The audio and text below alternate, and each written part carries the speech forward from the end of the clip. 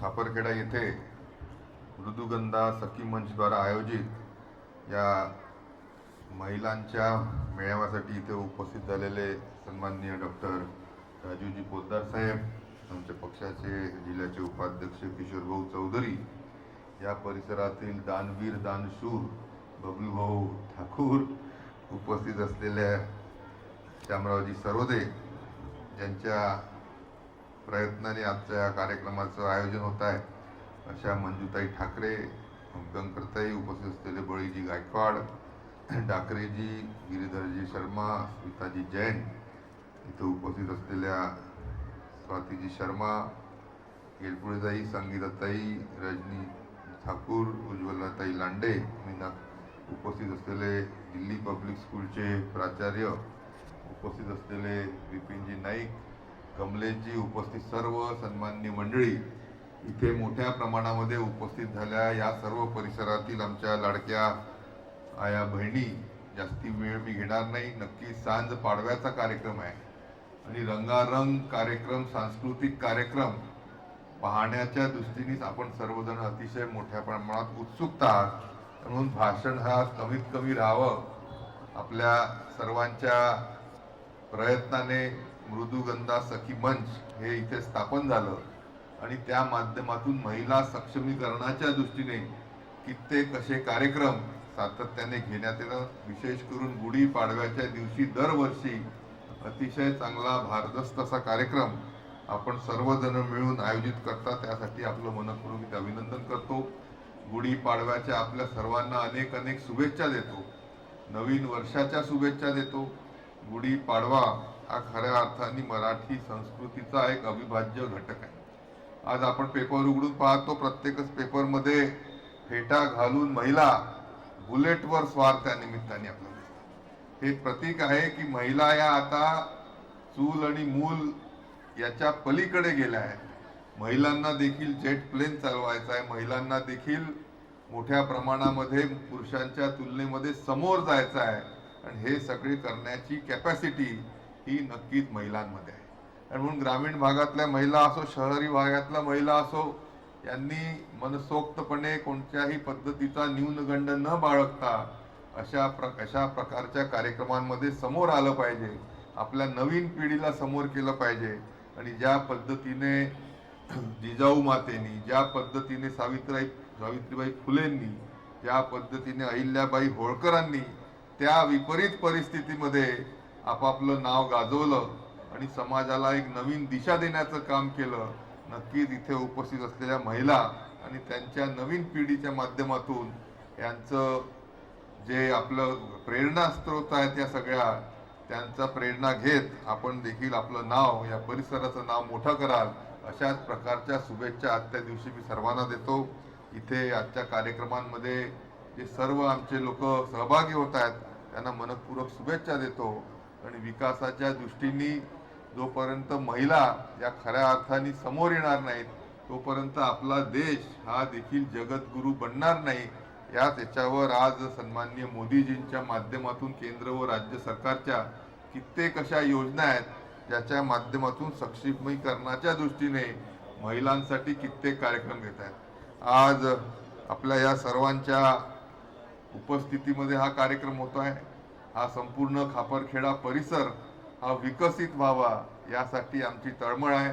आमच्या महिला फक्त स्टार बसनेच नागपूरला नाही, तर मेट्रोमध्ये बसून नागपूरपर्यंत जाऊ शकल्या पाहिजे. ह्या पद्धतीचा विकास आम्ही करण्याचे नक्कीच ठरवलेला आहे. आणि म्हणून खापरखेडा, दहेगाव आणि समोर कोराडी मार्गे नागपूरपर्यंत मेट्रो रेल्वे यावी, यासाठी आम्ही आणि बावनकुळे साहेब हे मुख्यमंत्र्यांच्या मागे सातत्याने लागलो आहे. आणि त्या माध्यमातून या संपूर्ण परिसराचं चित्र बदलण्याची आपली क्षमता ही या मेट्रोच्या माध्यमातून होईल. आपलं हे संपूर्ण जे परिसर आहे तो अजूनही ग्रामपंचायतीमध्ये आहे. भानेगाव ग्रामपंचायत असेल, चिचोली ग्रामपंचायत असेल किंवा चनकापूर ग्रामपंचायत असेल, या सर्व ग्रामपंचायतींना एकत्रित करून नगर परिषद करावी, ज्याच्या माध्यमातून जास्ती विकास हा संपूर्ण भागामध्ये येऊ शकेल.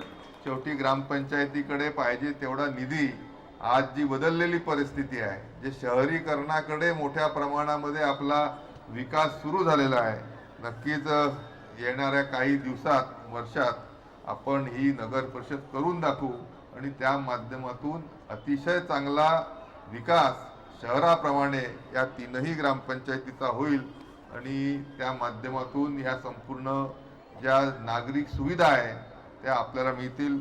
मला माहिती आहे की इथे औष्णविक केंद्राच्या माध्यमातून जे पोल्युशन होतं त्याचा देखील फार मोठ्या प्रमाणामध्ये त्रास आपल्या आरोग्याला होतो, महिलांच्या देखील आरोग्याला होतो.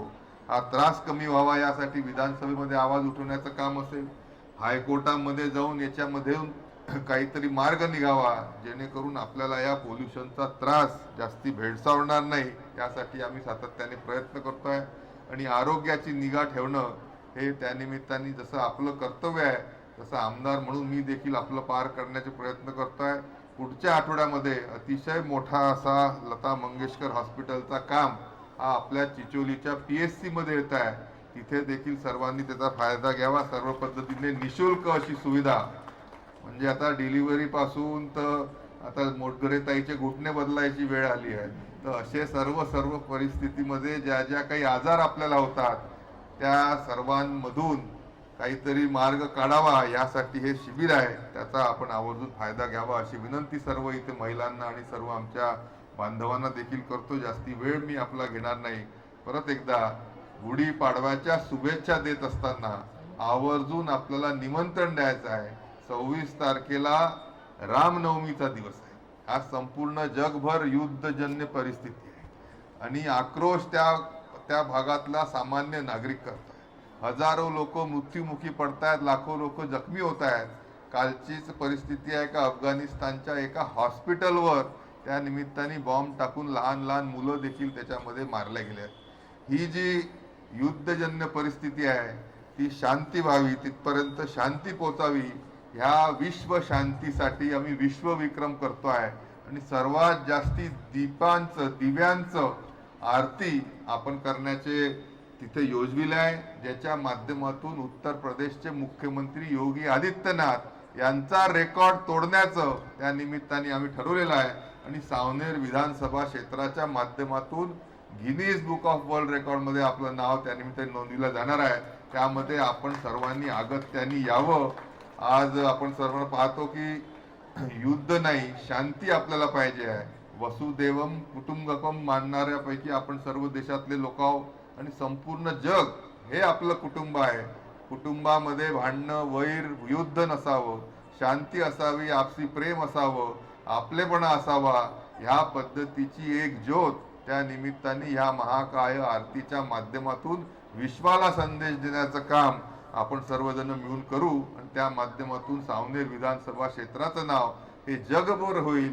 आपण सर्वांनी आवर्जून तिथे यावं आणि एक दीप जाळून आरती प्रभू रामाची करावी. शेवटी महाराज इथे आहे. प्रभू रामचंद्र हे त्या निमित्ताने आपल्याला माहिती आहे धर्माच्या साठी लढलेले आहे, शांतीसाठी लढलेले आहे आणि एक त्या निमित्ताने एक अतिशय चांगले संस्काराचे पुरुष त्या निमित्ताने राहिले आहे.